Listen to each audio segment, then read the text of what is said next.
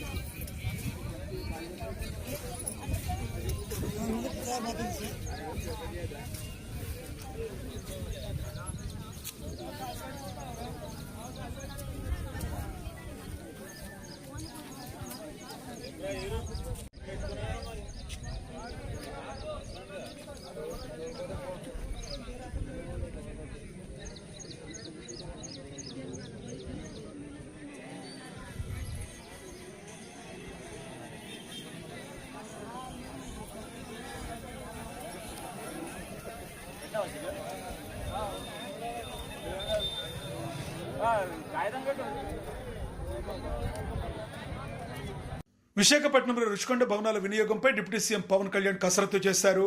ప్రతి floor, room, ఫర్నిచర్ను ఆయన మంత్రులు నాదెండ్ల మనోహర్, కందుల దుర్గేష్తో కలిసి పరిశీలించారు. భవనాల మౌలిక వసతులు, భవిష్యత్ వినియోగంపై అధికారులను అడిగి తెలుసుకున్నారు.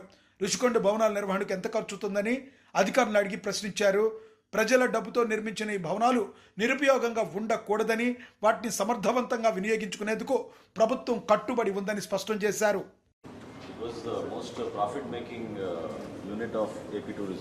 హరిత రిసార్ట్స్ గా ఉండేది. ఇందులో రిసార్ట్స్ ఉండి సంవత్సరానికి 7 కోట్ల ఆదాయం వచ్చింది. ఇవాళ ₹1 మేము బకాయి పడ్డాం కరెంట్కి. 7 కోట్ల ఆదాయం వచ్చేది ఇక్కడ బకాయి పడ్డాం.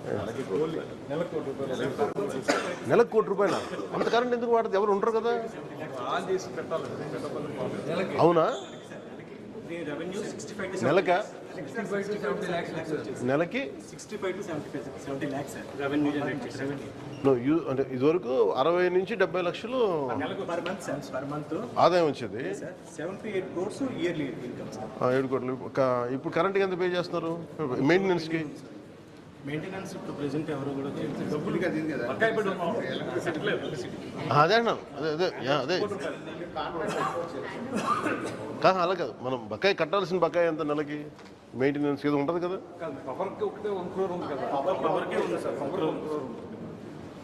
కట్టాల్సిందే డబ్బు.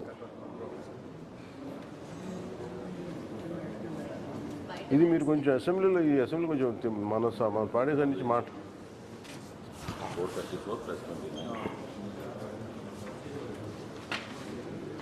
అంటే ఇదివరకు ఈ చెట్లు అన్నిటితో పాటు మనం అంటే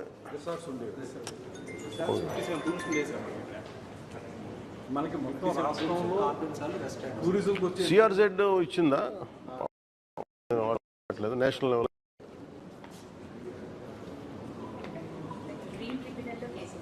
ఇంకా ఉందండి. గ్రీన్ ట్రిబ్యునల్ మోర్ స్ట్రాంగ్ కదా. This particular block, the hill was chiseled to create that artificial vastu. Backside ప్రకృతి పెట్టుకుంటే ఉన్నది బాగుంటుంది. సుగాలి ప్రీతి కేసుపై పవన్ కళ్యాణ్ స్పందించారు. అసలు ఈ కేసు బయటకు వచ్చింది తమ వల్లనేనని గుర్తు చేశారు. నేను నేరుగా వెళ్లి సాక్ష్యాధారాలు సృష్టించలేను, కానీ మా చిత్తశుద్ధిని ఎవరూ తక్కువ అంచనా వేయకూడదని పవన్ కళ్యాణ్ తెలిపారు. కేసులో న్యాయం జరిగే వరకు తమ పోరాటం కొనసాగుతుందని ఆయన పునరుద్ఘాటించారు. ఆ పాపకి న్యాయం జరగాలి, దోషులుంటే శిక్షింపబడాలి, దాంట్లో అసలు ఇప్పుడు లేదు. కానీ ఇలా ఒత్తిడి పెట్టాల్సిన వారికి కూడా నా విన్నపం ఏంటంటే, మీరు అసలు ఈ కేసు ఎవరి వల్ల బయటకు వచ్చింది మీరు చెప్పండి.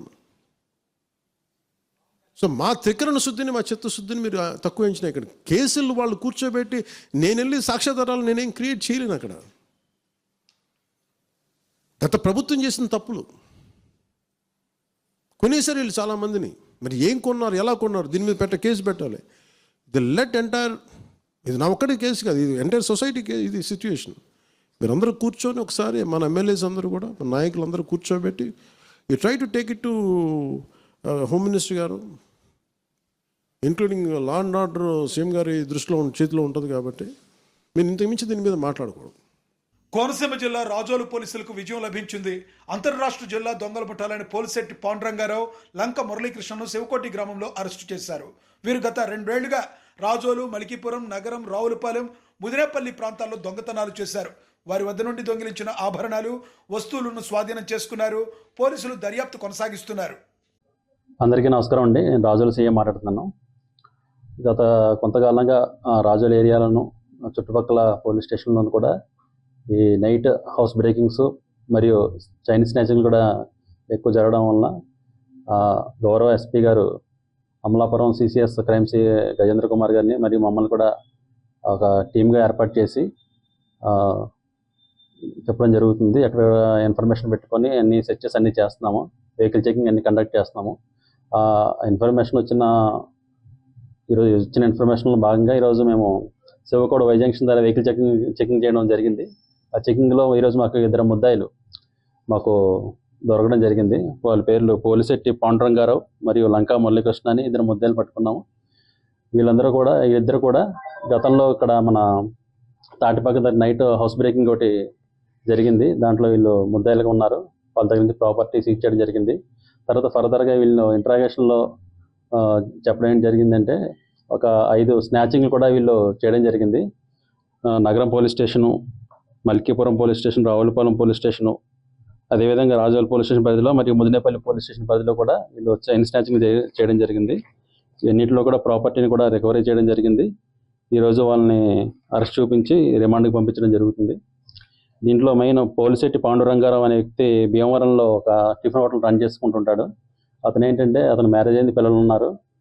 అతను క్రికెట్ బెట్టింగ్లో అలవాటు పడ్డాడు. మన సెల్ ఫోన్లో క్రికెట్ బెట్టింగ్ యాప్స్ ఉంటాయి, దానికి అలవాటు పడి ఎక్కువ ఈజీగా మనీ సంపాదించవచ్చు అని చెప్పేసి కొంత మనీ పోగొట్టుకోవడం జరిగింది. తర్వాత ఈజీ మనీకి ఎలా సంపాదించాలనే ప్లాన్ చేసుకొని ఈ విధంగా స్నాచింగ్లో చేస్తున్నాడు. 2023 నుంచి కూడా ఇతను నేరాలు చేస్తున్నాడు. రావులపాలెంలో ఫస్ట్ నేరం చేశాడు, తర్వాత రాజోల్ లిమిట్స్ చంద్రపల్లిలో కూడా చేశాడు. కానీ ఇప్పటివరకు ఈ ముద్ద ఎవరికి కూడా దొరకలేదు. అప్పటి నుంచి 2 years నేరాలు చేస్తున్నాడు. ఈరోజు పట్టుకోవడం జరిగింది. ఇంకా మురళీకృష్ణ అని ఇంకా వేరే ముద్ద అన్నాడు. ఇతను కూడా ఈ పోలిశెట్టి పాండురంగారావు దగ్గర పనిచేస్తాడు, హోటల్లో పనిచేస్తాడు. వీళ్ళిద్దరు కలిసి ఒక 2 నేరాలు చేయడం జరిగింది. మిగతా 4 నేరాలు కూడా ఈ పోలిశెట్టి పాండురంగారావు చేయడం జరిగింది. అతను ఈ నేరానికి ఉపయోగించినటువంటి వెహికల్ కూడా ఈరోజు మేము సీజ్ చేయడం జరిగింది. మొత్తం గోల్డ్ 21 కాసులు, తర్వాత సిల్వర్ వచ్చేసి 200 గ్రాములు, మొత్తం కలిపి 17,30,000 విలువైన చోరీ సొత్తుని రికవరీ చేయడం జరిగింది. విశాఖపట్నం భారత్లోని అత్యంత సురక్షిత నగరాల్లో ఒకటిగా నిలిచింది. 2025 నారీ వార్షిక నివేదికలో విశాఖ, ముంబై, కోహిమా, గ్యాంగ్టక్తో పాటు ఈ జాబితాలో చోటు దక్కింది. పోలీస్ కమిషనర్ మాట్లాడుతూ నగర భద్రత, సీసీ కెమెరా నిఘా, పహారా బృందాల వల్లే ఈ గుర్తింపు సాధ్యమైందన్నారు. ఇది విశాఖకు గర్వకారణమని పేర్కొన్నారు. బీట్ సర్వీస్, షీ టీమ్స్, తర్వాత పోలీస్ స్టేషన్ వెళ్ళిన తర్వాత కూడా లేడీస్ అక్కడ న్యాయం జరగకపోతే అక్కడ నుండి నాకు కాల్ చేస్తే కూడా నేను కన్సర్న్ ఇన్స్పెక్టర్, సబ్ ఇన్స్పెక్టర్కి చెప్పి వాళ్ళకు న్యాయం జరిగేటట్టు చేస్తున్నాం. మన దగ్గర దిశ పోలీస్ స్టేషన్లో విమెన్స్ లేడీస్కి మంచి హెల్ప్ దొరుకుతుంది. దిశ యాప్ ద్వారా కూడా వాళ్ళు హెల్ప్ తీసుకుంటున్నారండి. షీ టీమ్స్ కూడా బాగా పనిచేస్తున్నారండి. అండ్ శక్తి టీమ్స్ బాగా పనిచేస్తున్నారండి. శక్తి యాప్ కూడా బాగా ఇక్కడ పాపులర్ అయింది. సో ఈ అన్ని ఇనిషియేటివ్స్ తీసుకోవడం వల్ల వైజాగ్ సౌత్ ఇండియాలో విమెన్ సేఫ్టీలో నంబర్ 1 అండ్ ఇండియాలో among the safest cities for women in India అని పబ్లిక్ సెలెక్ట్ చేశారండి. సో ఇది మన వైజాగ్ సిటీకి గర్వకారణం. మనం ఇదే మాదిరిగా Vizag city should be remain the safest city for women in the times to come. So ఈ సందర్భంగా నేను వైజాగ్ పౌరులందరికీ థ్యాంక్స్ చెప్తున్నాను, ఎందుకంటే వాళ్ళ కోఆపరేషన్ కోఆర్డినేషన్తోనే ఇది సాధ్యమైంది. And we expect the same cooperation and coordination from the public in the days to come. ఈ సందర్భంగా ఒక ప్రెస్ రిలీజ్ కూడా తయారు చేశాము, అది కూడా అందరికీ సర్క్యులేట్ చేయడం జరుగుతుంది. రిపోర్ట్ వచ్చింది ఈరోజు మాతృభూమిలో కూడా పబ్లిష్ అయింది అండ్ మన ఇండియాలో వైరల్ అయిపోతుంది. National annual report and index on women safety 2025, in short NARI 2025 ఈరోజు ఒక రిపోర్ట్ ఈరోజు విడుదల చేయడం జరిగింది. National commissioner for women chairperson Vijay Rahatkar ఇది ఈరోజు ఢిల్లీలో లాంచ్ చేశారండి. ఈ రిపోర్ట్ ప్రకారం safest city for women in India, అందులో నార్త్ ఈస్ట్లో చాలా సిటీస్ ఉన్నాయి, కోహిమా, ఐజాల్, గ్యాంగ్టాక్ అండ్ ఇటానగర్. కానీ మెయిన్ల్యాండ్ ఇండియా మెయిన్ల్యాండ్లో 3 సిటీస్ మాత్రమే ఉన్నాయి, ముంబై, భువనేశ్వర్ అండ్ విశాఖపట్నం. సౌత్ ఇండియాలో విశాఖపట్నం మాత్రమే ఒకే ఒక city found to be safest for women in India. ఈ సర్వే చేయడం జరిగింది. 12,770 లేడీస్ ఈ సర్వేలో పాల్గొన్నారండి. సో రాంచీ, శ్రీనగర్, కోల్కతా, ఢిల్లీ, ఫరీదాబాద్, పట్నా, జైపూర్ అది లోయెస్ట్ ర్యాంక్ వచ్చింది in women safety as per this report. So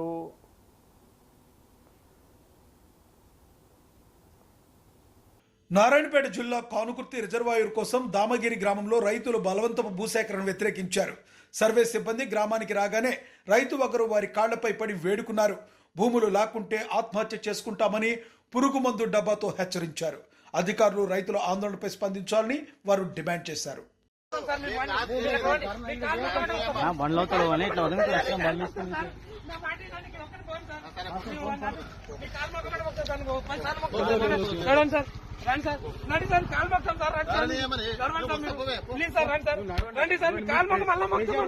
రెండు 2018లో జరిగిన రోడ్డు ప్రమాదంలో లోబోకు ఏడాది జైలు శిక్ష విధిస్తూ జనగామ కోర్టు తీర్పునిచ్చింది. లోబో కారు ఢీకొట్టడంతో ఆటోలో ప్రయాణిస్తున్న 2 మృతి చెందారు. ఈ కేసులో దోషిగా నిర్ధారించడంతో ఏడాది జైలు శిక్షతో పాటు 12,500 రూపాయల జరిమానా విధించారు. ఈ తీర్పు స్థానికంగా చర్చనీయాంశంగా మారింది. చిత్తూరు జిల్లా కుప్పంలో కళాకారుడు పురుషోత్తం వినూత్న ప్రయత్నం చేశారు. హంద్రినివా కాలువ పక్కన కృష్ణా జలాలతో సీఎం చంద్రబాబు చిత్రాన్ని గీశారు. నీటికి రంగులు కలిపి వేసిన ఈ చిత్రం అద్భుతంగా నిలిచి సోషల్ మీడియాలో వైరల్గా అవుతుంది. ప్రజలు కళాకారుడి ప్రతిభను ప్రశంసిస్తున్నారు.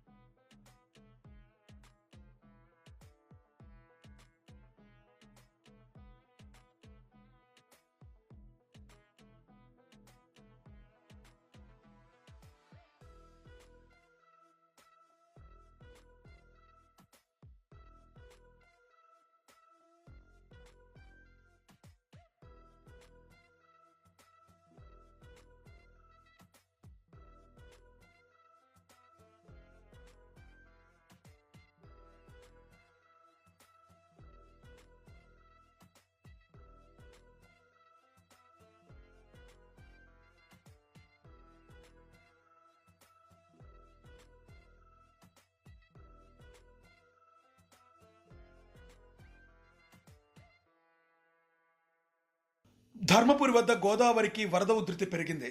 ఎగువన కడెం ఎస్ఆర్ఎస్సి ప్రాజెక్టుల గేట్లు ఎత్తడంతో భారీగా నీరు దిగువకు వస్తుంది. వరద నీరు సంతోషిమాత ఆలయంలోకి చేరింది. అధికారులు భక్తులు జాగ్రత్తగా ఉండాలని సూచించారు. నదీ పరివాహక ప్రాంత ప్రజలకు హెచ్చరికలు జారీ చేశారు.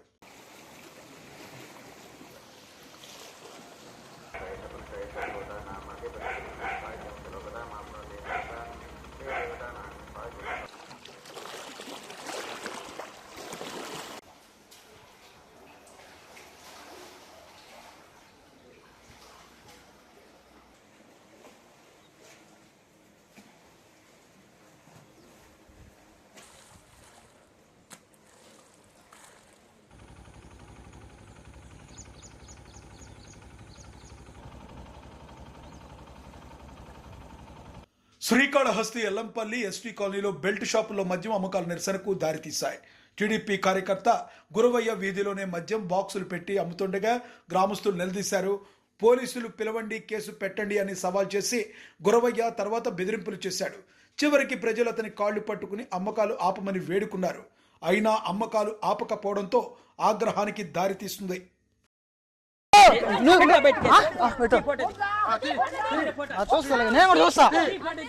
చూస్తా కానీ నువ్వు మా నాయనకు ముందు ఇచ్చే ఈ విధంగా తయారైనాడు.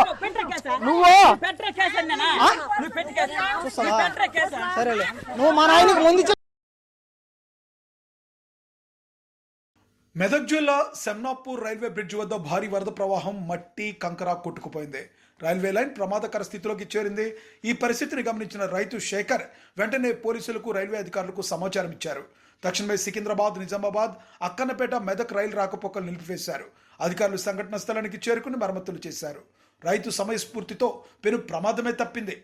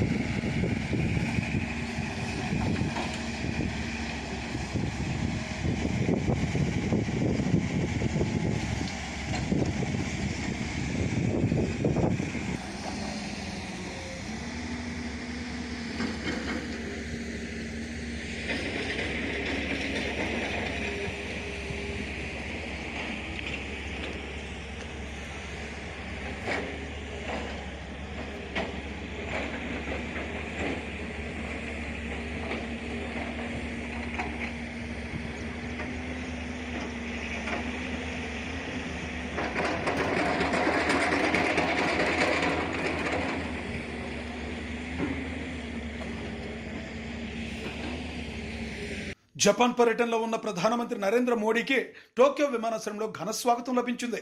జపాన్ ప్రజలు గాయత్రి మంత్రంతో స్వాగతం పలికారు. ప్రవాస భారతీయులు సాంస్కృతిక కార్యక్రమాలు నిర్వహించారు. మోడీ పర్యటనలో రెండు దేశాల మధ్య ఆర్థిక, రక్షణ, సాంకేతిక రంగాల్లో ఒప్పందాలు కుదుర్చుకునే అవకాశం ఉందని దౌత్య వర్గాలు వెల్లడించాయి.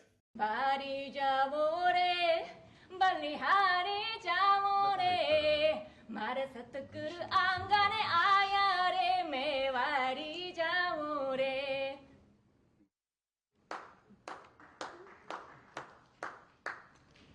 जपानिलेकी स्वागतम.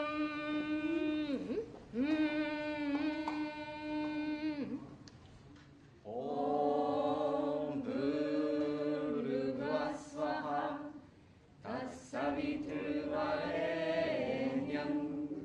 भर्गो देवस्य धीमहि धियो यो नः प्रचोदयात्.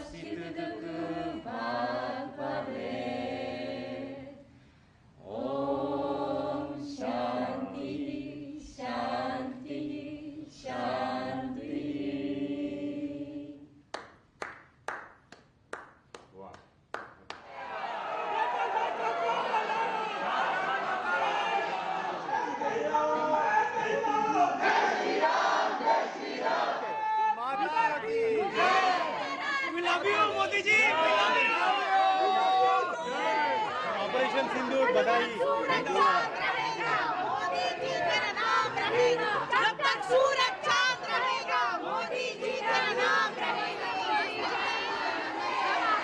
बहुत खुश हुए हम आपसे आपके नाम से बहुत ज्यादा प्रभावित हैं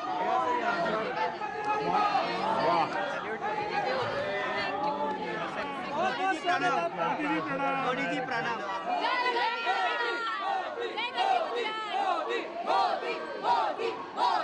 भारत माता की जय भारत माता की जय lots of love from Chennai Modi Modi Modi Modi Bharat माता की जय मोदी जी